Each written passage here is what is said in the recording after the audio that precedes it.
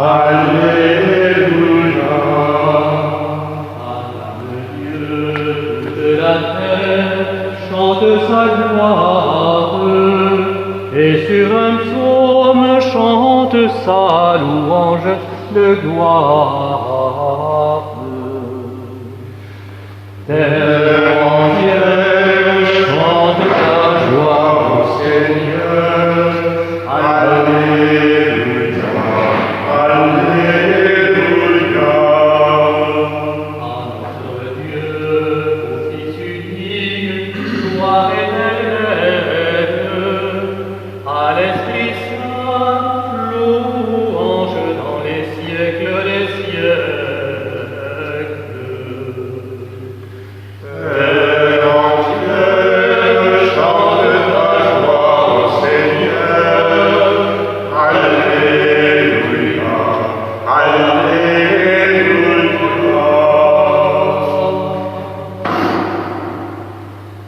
Au nom du Père et du Fils et du Saint-Esprit, Amen. la grâce de notre Seigneur Jésus-Christ, l'amour de Dieu le Père et la communion de l'Esprit Saint soient toujours avec vous. Et avec votre esprit. Terre entière chante ta joie au Seigneur. Nous l'avons chanté, c'est un peu paradoxal parce que pourtant cette joie n'est pas complète, nous ne sommes pas encore réunis, c'est toujours par un écran que nous sommes en union autour du Christ.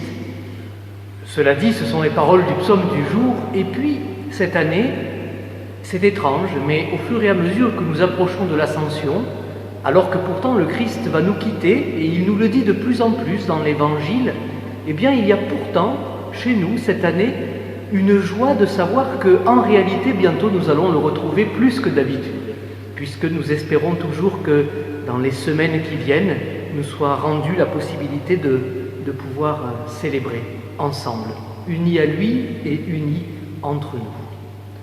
Pour l'instant, il nous faut encore patienter et nous faisons mémoire maintenant de notre baptême en entrant dans cette Eucharistie, en y entrant comme nous le pouvons depuis chez nous.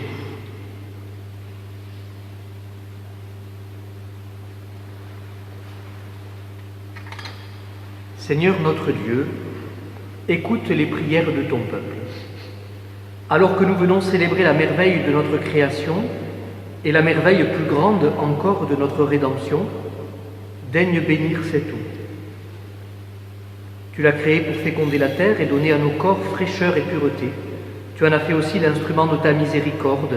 Par elle, tu as libéré ton peuple de la servitude et tu as étanché sa soif dans le désert. Par elle, les prophètes ont annoncé la nouvelle alliance que tu voulais sceller avec les hommes.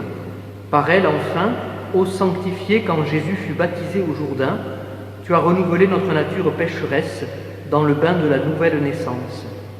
Que cette eau, maintenant, nous rappelle notre baptême et nous fasse participer à la joie de nos frères, les baptisés de Pâques, par Jésus le Christ, notre Seigneur. Amen. Alléluia,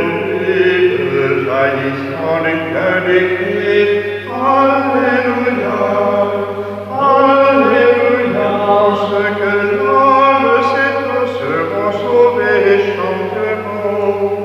Alléluia, Alléluia, Alléluia. Et que la source devenira fleuve immense. Alléluia, Alléluia. Et puis le Dieu rassemblé chanter le joie d'être sauvé. Alléluia, Alléluia, Alléluia.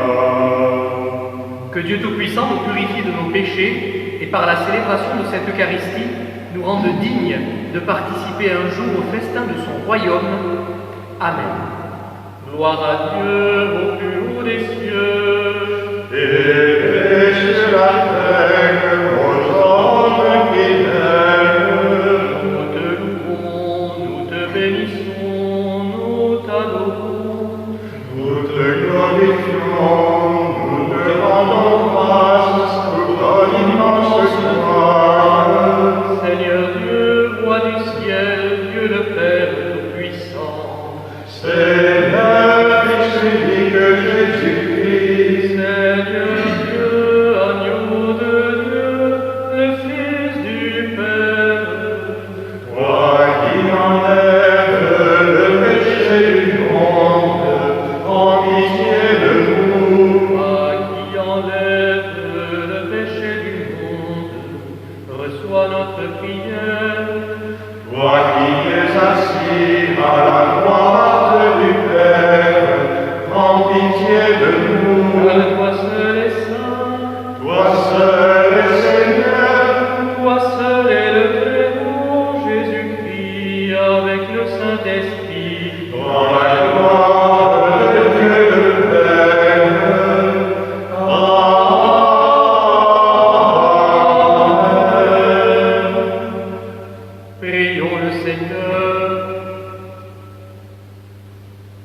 Dieu Tout-Puissant, accorde-nous en ces jours de fête de célébrer avec ferveur le Christ ressuscité.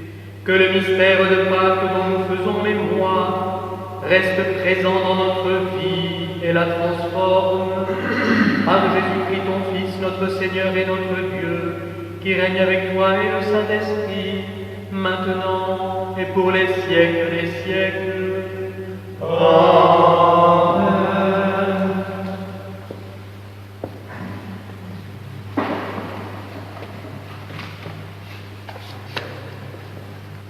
Lecture du livre des Actes des Apôtres. En ce jour-là, Philippe, l'un des 7, arriva dans une ville de Samarie, et là, il proclamait le Christ. Les foules, d'un même cœur, s'attachaient à ce que disait Philippe, car elles entendaient parler des signes qu'il accomplissait, ou même les voyaient. Beaucoup de possédés étaient délivrés des esprits impurs, qui sortaient en poussant de grands cris. Beaucoup de paralysés et de boiteux furent guéris, et il y eut dans cette ville une grande joie. Les apôtres, restés à Jérusalem, apprirent que la Samarie avait accueilli la parole de Dieu. Alors ils y envoyèrent Pierre et Jean. À leur arrivée, ceux-ci prièrent pour ces Samaritains, afin qu'ils reçoivent l'Esprit Saint.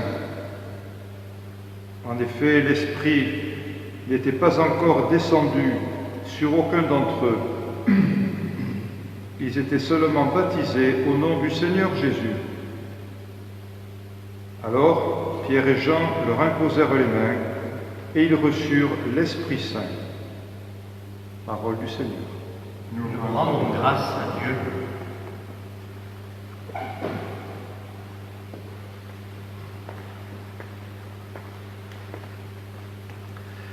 Terre entière acclame Dieu, chante le Seigneur. Terre entière acclame Dieu, chante le Seigneur. Acclamez Dieu toute la terre, fêtez la gloire de son nom. Glorifiez-le en célébrant sa louange. Dites à Dieu que tes actions sont redoutables. Terre entière acclame Dieu, chante le Seigneur. Toute la terre se prosterne devant toi, elle chante pour toi, elle chante pour ton nom.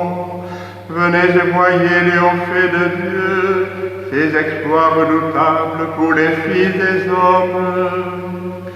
Terre entière acclame Dieu, chante le Seigneur. Il changea la mer en terre ferme, ils passèrent le fleuve à pied sec. De là cette joie qu'il nous donne, il règne à jamais par sa puissance. Terre entière acclame Dieu, chante le Seigneur. Venez écouter, vous tous qui craignez Dieu, je vous dirai ce qu'il a fait pour mon âme. Béni soit Dieu qui n'a pas écarté ma prière, ni détourné de moi son amour. Terre entière acclame Dieu, chante le Seigneur.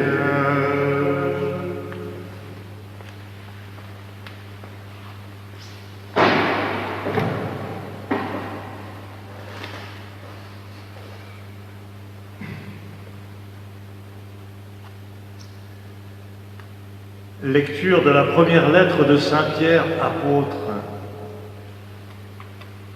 Bien-aimés, honorez dans vos cœurs la sainteté du Seigneur le Christ. Soyez prêts à tout moment à présenter une défense devant quiconque vous demande de rendre raison de l'espérance qui est en vous. Mais faites-le avec douceur et respect.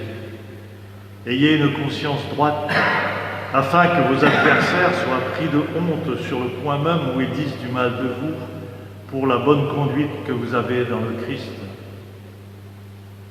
Car mieux vaudrait souffrir en faisant le bien, si c'était la volonté de Dieu, plutôt qu'en faisant le mal. Car le Christ, lui aussi, a souffert pour les péchés une seule fois, lui le juste pour les injustes, afin de vous introduire devant Dieu. Il a été mis à mort dans la chair, mais vivifié dans l'esprit. Parole du Seigneur. Nous rendons grâce à Dieu.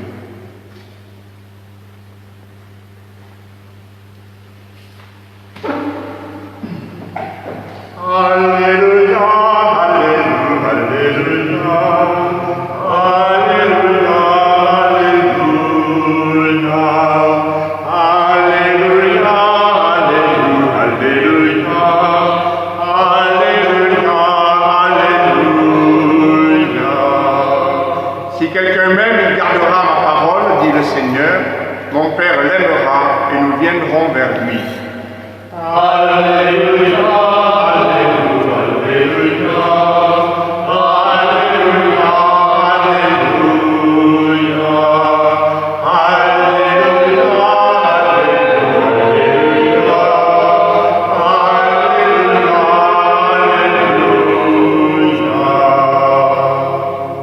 Le Seigneur soit avec vous. Et avec votre esprit. Évangile de Jésus-Christ selon Saint Jean. Gloire à toi, Seigneur. En ce temps-là, Jésus disait à ses disciples, « Si vous m'aimez, vous garderez mes commandements. Moi, je prierai le Père, et il vous donnera un autre défenseur, qui sera pour toujours avec vous. L'Esprit de vérité, lui que le monde ne peut recevoir, car il ne le voit pas et ne le connaît pas. Vous, vous le connaissez, car il demeure auprès de vous et il sera en vous. Je ne vous laisserai pas orphelins, je reviens vers vous. D'ici peu de temps, le monde ne me verra plus, mais vous, vous me verrez vivant, et vous vivrez aussi. En ce jour-là, vous reconnaîtrez que je suis en mon Père, que vous êtes en moi, et moi en vous. Celui qui croit mes commandements et les garde, c'est celui-là qui m'aime. Et celui qui m'aime sera aimé de mon Père. Moi aussi, je l'aimerai et je me manifesterai à lui. Acclamons la parole de Dieu. Louange à toi, Seigneur Jésus.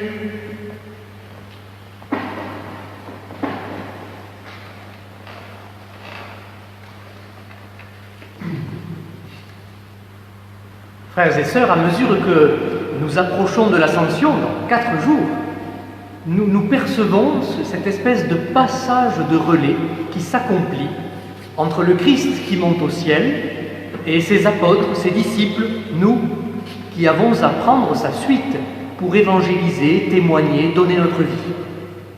Et c'est précisément, vous le savez, pour nous responsabiliser, pour nous mettre vraiment le pied à l'étrier que le Christ va nous quitter, sachant bien qu'il nous laisse une place que nous n'aurions jamais prise tout à fait s'il était resté parmi nous.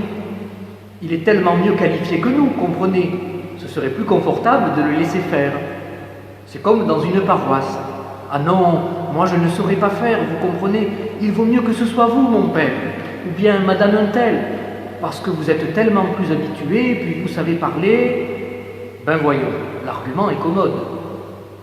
Or, voyez-vous, il y a peut-être précisément dans la parole de Dieu aujourd'hui 3 ingrédients pour réussir la recette de ce passage de relais entre Jésus et nous, pour ne pas laisser tomber par terre ce relais, ce qui signifierait ni plus ni moins laisser tomber notre vie par terre en fait, parce que ce serait passer à côté de ce pourquoi nous sommes faits. Et pour les personnes qui ne verraient pas bien le rapport avec la situation que nous traversons, comme si nous avions oublié que nous célébrons devant une église toute vide et que vous êtes assis devant un écran, privé de la présence réelle du Christ et des frères, j'ajoute que ces 3 ingrédients sont nécessaires pour un déconfinement réussi. Les voici. 1. Le témoignage rendu au Christ. 2. La joie. 3. La mémoire. D'abord, premièrement, le témoignage rendu au Christ.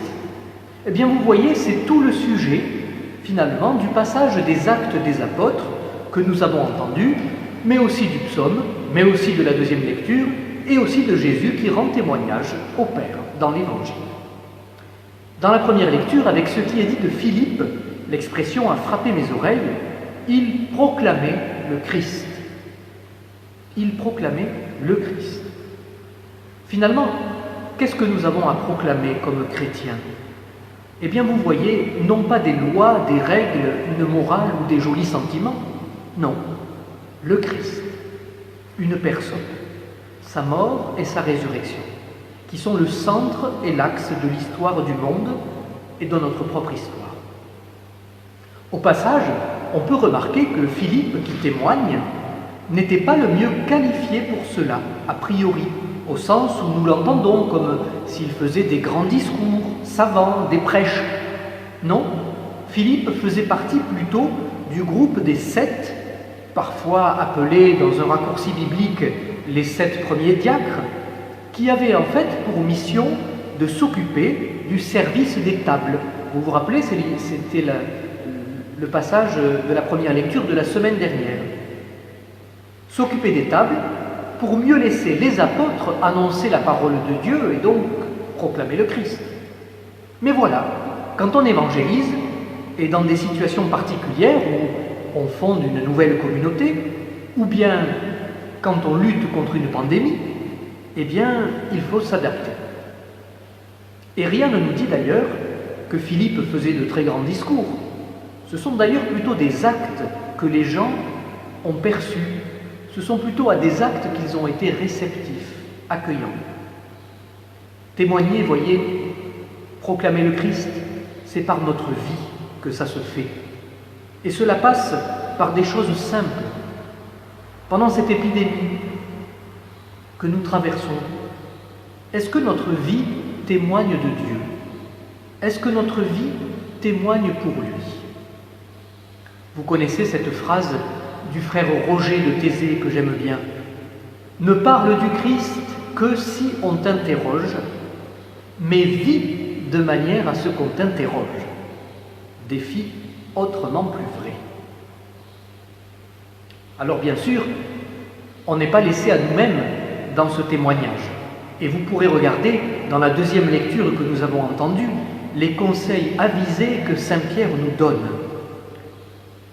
Il nous dit que nous sommes invités à rendre compte de l'espérance qui habite en nous. Et puis, à un moment donné, il y a cette petite phrase étonnante. Il dit que cela doit faire honte à nos adversaires. Ayez une conscience droite, dit-il. Le but n'est pas de faire honte au sens où nous l'entendrions communément, mais c'est plutôt que, comme dit une bibliste, que nous donnions un tel témoignage de foi, d'espérance et d'amour mutuel que d'autres soient amenés à remettre en cause leurs calomnies ou leurs préjugés. Et vous voyez que dans cette période que nous traversons, eh bien, nous pouvons vraiment donner cela. J'en viens au deuxième ingrédient, la joie. Cette grande joie des apôtres, cette joie qui se fait universelle dans le psaume aussi, et qui accompagne toute vie chrétienne authentique, tout témoignage. Cette joie de l'Évangile dont le pape François nous a abondamment parlé, je ne m'y attarderai pas pour cette raison-là. Mais on peut entendre quand même ce désir de Jésus, que sa joie soit en nous, qu'elle soit complète, et puis cette promesse que rien ni personne ne pourra nous enlever la joie qui vient de lui, même une pandémie, même si ce n'est pas forcément facile, bien sûr. Je trouve que l'un des articles les plus exigeants de la loi scout, que peut-être certains d'entre vous connaissent et vivent, je trouve que l'un des articles les plus exigeants est celui-ci. Le scout sourit et chante dans les difficultés. Comment traversons-nous cette difficulté, cette épreuve de la pandémie? Avons-nous le cœur à chanter et à sourire quand même? Personnellement, pendant ce confinement, je dois reconnaître que j'ai connu certains jours moroses. J'imagine que ça vous est arrivé peut-être aussi. Certains jours où la joie n'était pas évidente. En tout cas, j'ai expérimenté à ce moment-là que la vraie joie de l'Évangile est autre qu'un bien-être ou qu'une euphorie liée aux circonstances. Et cette joie-là est autrement plus profonde et stable aussi. Enfin, il y a un troisième ingrédient nécessaire pour ce passage de relais entre Jésus et nous, auquel il nous prépare en montant au ciel. Ce troisième ingrédient, c'est la mémoire. Vous savez, le peuple de la Bible est un peuple qui avance dans la vie et les épreuves parce qu'il sait se souvenir, il sait faire mémoire, il sait s'appuyer sur ce que Dieu a fait pour lui dans le passé pour affronter le présent et l'avenir dans la confiance et dans l'espérance. Non seulement la mémoire nous garde d'être ingrats, d'oublier les bienfaits de Dieu, ce qui est peut-être un des pires péchés dans la Bible, parce qu'il conduit toujours à l'infidélité, et donc à la catastrophe. Mais en plus, la mémoire de l'œuvre de Dieu pour nous est justement le contenu de notre témoignage. Justement, le contenu de notre témoignage est le motif profond de notre joie. Dieu a fait cela pour nous, il nous a sauvés, il nous aime, il nous libère, il nous donne sa joie. Et cette mémoire de l'œuvre de Dieu, dans ma vie, ce n'est pas spontané. Cela demande de s'arrêter pour la constater, pour la contempler, pour la recevoir de Dieu dans la prière, en faisant aussi un travail de relecture. Maintenant, pour nous, commence peut-être, alors que c'est le déconfinement, maintenant commence pour nous un travail de relecture de ce temps de confinement. Et je crois vraiment qu'il s'agit de ne pas passer à côté. Parce que Dieu, lui, est passé par là. Il est passé par notre confinement. Il est passé dans notre vie, il est passé dans nos maisons. Et il a agi et travaillé notre vie. Que le confinement vous ait été plutôt heureux ou plutôt éprouvant, il a agi. Et nous nous rendons bien compte, depuis cette semaine, en commençant à nous retrouver en petits groupes de chrétiens pour prier à l'Église, que nous ne l'avons pas vécu pareil, bien sûr. Voyez, ce travail de mémoire, eh bien c'est tout le sujet du psaume que nous avons entendu, de l'histoire d'Israël à sa propre histoire. Voyez, il changera la mer en terre ferme, il changea la mer en terre ferme, se rappelle le psalmiste. Et puis, il en conclut, de là cette joie qu'il nous donna. Et enfin, venez, dit-il, écoutez, je vous dirai ce que Dieu a fait pour mon âme, personnelle donc. Voilà, ces trois ingrédients. Alors voyez, aujourd'hui, cela fait 2 ans, jour pour jour, que le père Louis est mort, ainsi que Giuseppe Errante, paroissien et béniste. Ce qui était marquant chez tous les deux, chacun à leur manière, j'y ai réfléchi ces jours-ci, autant chez le père Louis que chez Joseph, ce qui était marquant, c'était une joie qui les habitait tous les deux, une simplicité. J'allais dire, chez tous les deux, à leur manière, une sorte de simplicité d'enfant. Mais vous voyez qui est tout le contraire de l'aigreur ou de l'amertume. Et je me suis souvenu que tous les deux parlaient volontiers de la joie que donne le Christ. Ils parlaient aussi volontiers de leur vie. Le père Louis, par exemple, avait beaucoup pris des notes pour sa famille sur son histoire, sur l'histoire de sa famille. Il faisait mémoire. Et je sais que c'était vrai aussi pour Joseph. Il témoignait en faisant mémoire. Il prie pour nous, tous les deux. Il prie avec nous aujourd'hui. Ces trois ingrédients, le témoignage, la joie, la mémoire, je terminerai en vous disant qu'ils ne peuvent se mélanger pour faire une bonne pâte de vie authentiquement chrétienne que grâce à un quatrième.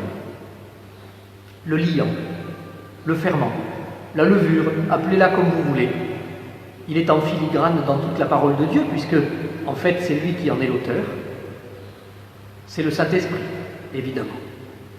L'Esprit Saint, celui que Jésus nous promet dans l'Évangile que nous venons d'entendre, en constatant en même temps que le monde n'a pas la capacité de le recevoir, mais que c'est peut-être notre mission de lui en révéler la possible capacité, en fait. C'est l'Esprit Saint qui témoigne en nous, comme dit ailleurs saint Paul. C'est lui qui est la joie du Père et du Fils, qui nous la communique. C'est lui encore qui nous fait souvenir de tout, qui fait revenir à notre mémoire, qui nous fait faire mémoire de l'œuvre de Dieu en nous. On le fêtera à Pentecôte, ne fêtons pas Pentecôte avant l'Ascension, mais n'attendons pas Pentecôte pour mettre à profit le temps de relecture de ce confinement. Voyez, à la lumière de notre foi, Dieu nous y a, sans aucun doute possible, envoyé un appel pendant ce confinement. Un appel personnel, un appel paroissial, au témoignage et à la joie, d'une manière ou d'une autre. Sachons l'identifier, le reconnaître, le nommer et en vivre. Amen.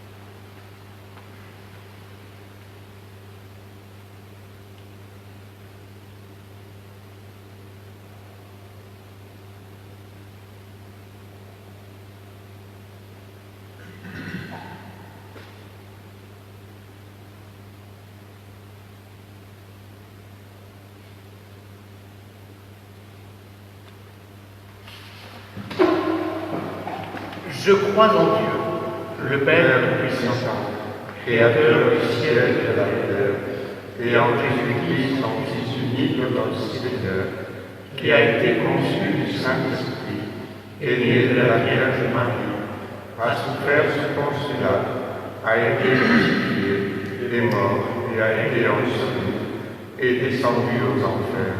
Le troisième jour est ressuscité des morts, est monté aux cieux, est assis à la droite de Dieu, le Père Tout-Puissant, d'où il viendra juger les vivants et les morts. Je crois à l'Esprit Saint, à la Sainte Église catholique, à la communion des saints, à la rémission des péchés, à la résurrection de la chair, à la vie éternelle. Amen.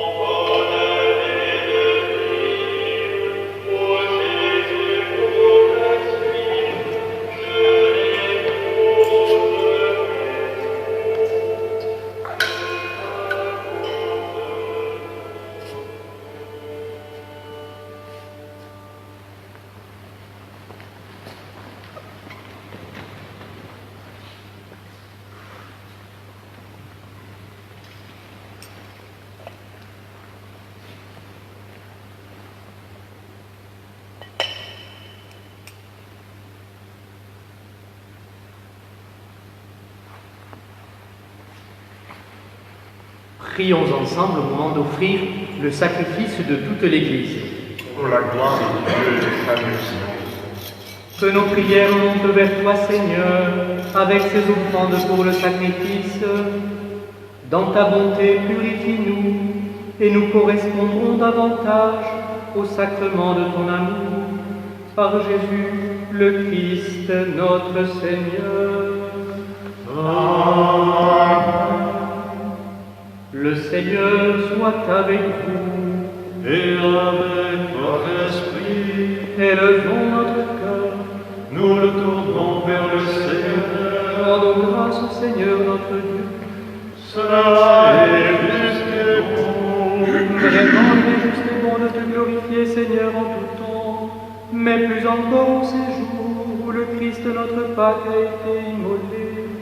Lui qui ne cesse pas de s'offrir pour nous et qui reste éternellement notre défenseur auprès de toi. Immolé, il a vaincu la mort, mis à mort, il est toujours vivant. C'est pourquoi le peuple des baptisés, rayonnant de la joie pascale, exulte par toute la terre, tandis que les anges dans le ciel chantent sans fin l'hymne de ta gloire. Et le Seigneur, le Dieu de l'univers, Hosanna au plus haut des cieux. Le ciel et la terre sont remplis de ta gloire. Hosanna au plus haut des cieux. Hosanna au plus haut des cieux. Qu'il soit béni au nom du Seigneur, celui qui est, qui était et qui vient. Hosanna au plus haut des cieux. Hosanna au plus haut des cieux. Tu es vraiment saint, Dieu de l'univers, et toute la création proclame ta louange. Car c'est toi qui donnes la vie, c'est toi qui sanctifies toutes choses, par ton Fils, Jésus-Christ notre Seigneur, avec la puissance de l'Esprit Saint. Et tu ne cesses de rassembler ton peuple, afin qu'il te présente partout dans le monde une offrande pure. C'est pourquoi nous voici rassemblés devant toi et dans la communion de toute l'Église, en ce premier jour de la semaine, nous célébrons le jour où le Christ est ressuscité d'entre les morts. Par lui que tu as élevé à ta droite, Dieu Tout-Puissant, nous te supplions de consacrer toi-même les offrandes que nous apportons. Sanctifie-les par ton esprit, pour qu'elles deviennent le corps et le sang de ton Fils, Jésus-Christ notre Seigneur, qui nous a dit de célébrer ce mystère. La nuit même où il fut livré, il prit le pain, en te rendant grâce, il le bénit, il le rompit et le donna à ses disciples en disant « Prenez et mangez-en tous. Ceci est mon corps, livré pour vous. »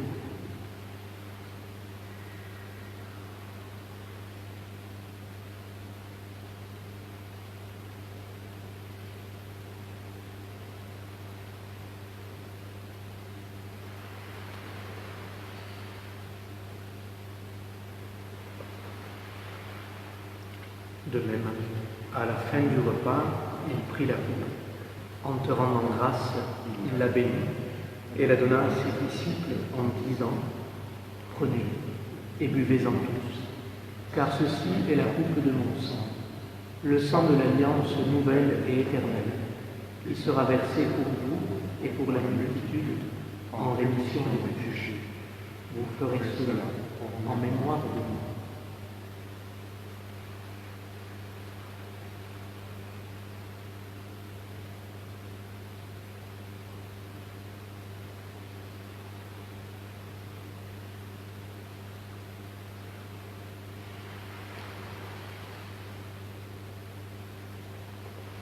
Quand nous mangeons ce pain et buvons à cette coupe, nous célébrons le mystère de la foi. Nous rappelons ta mort, Seigneur ressuscité, et nous attendons que tu viennes. En faisant mémoire de ton Fils, de sa passion qui nous sauve, de sa glorieuse résurrection et de son ascension dans le ciel, alors que nous attendons son dernier avènement, nous présentons cette offrande vivante, sainte, pour te rendre grâce. Regarde, Seigneur, le sacrifice de ton Église et daigne reconnaître celui de ton Fils, qui nous a rétablis dans ton alliance. Quand nous serons nourris de son corps et de son sang et remplis de l'Esprit Saint, accorde-nous d'être un seul corps et un seul esprit dans le Christ. Que l'Esprit Saint fasse de nous l'éternelle offrande de ta gloire, pour que nous obtenions un jour les biens du monde à venir auprès de la Vierge Marie, la bienheureuse Mère de Dieu, Saint Joseph, son époux, les apôtres, les martyrs et tous les saints, qui ne cessent d'intercéder pour nous. Et maintenant, nous te supplions, Seigneur, par le sacrifice qui nous réconcilie avec toi, étends au monde entier le salut et la paix. Affermis la foi et la charité de ton Église au long de son chemin sur la terre. Veille sur ton serviteur, le pape François, notre évêque Christophe, l'ensemble des évêques, les prêtres, les diacres et tout le peuple des rachetés. Écoute les prières de ta famille assemblée devant toi, tout particulièrement pour nos frères et sœurs malades. Et ramène à toi, Père très aimant, tous tes enfants dispersés. Pour nos frères et sœurs défunts, pour les hommes qui ont quitté ce monde et dont tu connais la droiture, nous te prions, tout particulièrement en ce jour, pour Giuseppe Errante et le Père Louis Droz qui nous ont quittés il y a 2 ans, aujourd'hui même. Reçois-les dans ton royaume, où nous espérons être comblés de ta gloire, tous ensemble, et pour l'éternité, par le Christ notre Seigneur, par qui tu donnes au monde toute grâce et tout bien.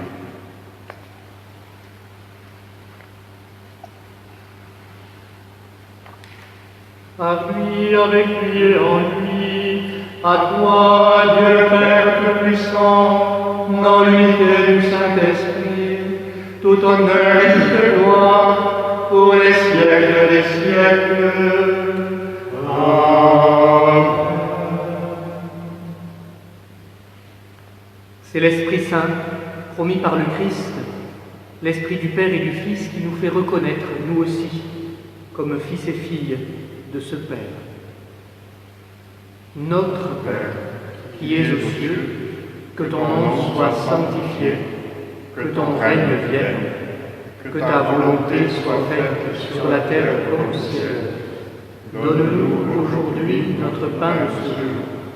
Pardonne-nous nos offenses, comme nous pardonnons aussi à ceux qui nous ont offensés. Et ne nous laisse pas entrer en tentation, mais délivre-nous du mal. Délivre-nous de tout mal, Seigneur, et donne la paix à notre temps. Par ta miséricorde, libère-nous du péché. Rends-nous forts dans les épreuves.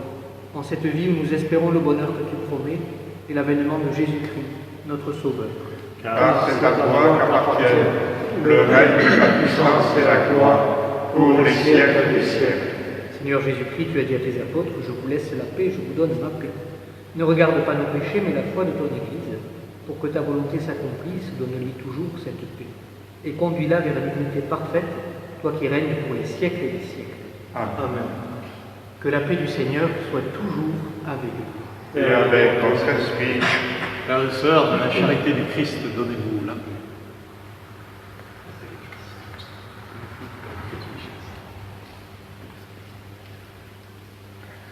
Agneau de Dieu, qui enlève le péché du monde, en pitié de nous. Agneau de Dieu, qui enlève le péché du monde, en pitié de nous. Agneau de Dieu, qui enlève le péché du monde, donne-nous la paix. Heureux les invités au repas du Seigneur. Voici l'agneau de Dieu qui enlève le péché du monde. Seigneur, je ne suis pas digne de te recevoir, mais dis seulement une parole et je serai guéri.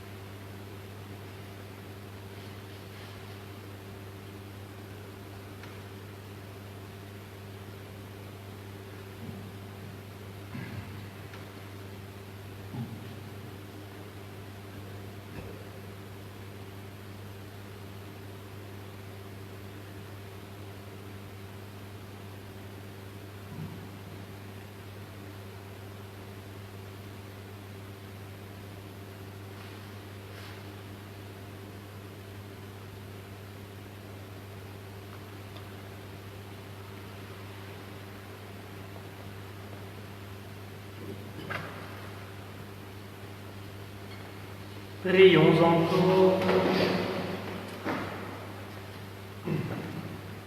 Dieu Tout-Puissant, dans la résurrection du Christ, tu nous recrées pour la vie éternelle.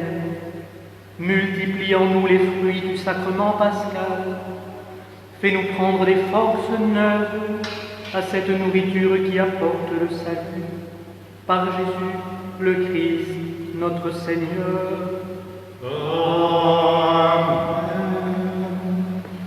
Voilà simplement quelques annonces qu'on m'a fait remarquer que la semaine dernière on ne l'avait pas trop entendu, j'étais resté peut-être un peu trop loin. Normalement vous les avez aussi sur la vidéo qui est sur le site et puis sur la feuille qui est sortie, donc des chrétiens à Martigues et Port-de-Bouc. Je les rappelle simplement très rapidement pour ceux qui n'auraient pas pu avoir les informations. Donc le secrétariat d'accueil a rouvert, donc à la maison Saint-François, les lundis et mardis matin, de 9h30 à 11h30, ou alors le jeudi et vendredi après-midi, de 17 à 19h, pour avoir des renseignements, pour vous informer sur les questions de baptême, pour demander des célébrations de messe. Enfin voilà, n'hésitez pas à vous y rendre, peut-être aussi pour discuter, pour vous rencontrer. Donc lundi, mardi matin, jeudi, vendredi après-midi. Ensuite, il y a aussi des possibilités de groupes de 10, nous le savons, dans ce déconfinement, nous pouvons en profiter. Il y a des groupes qui se sont retrouvés, les catéchumènes vont se retrouver, il y en a peut-être aussi.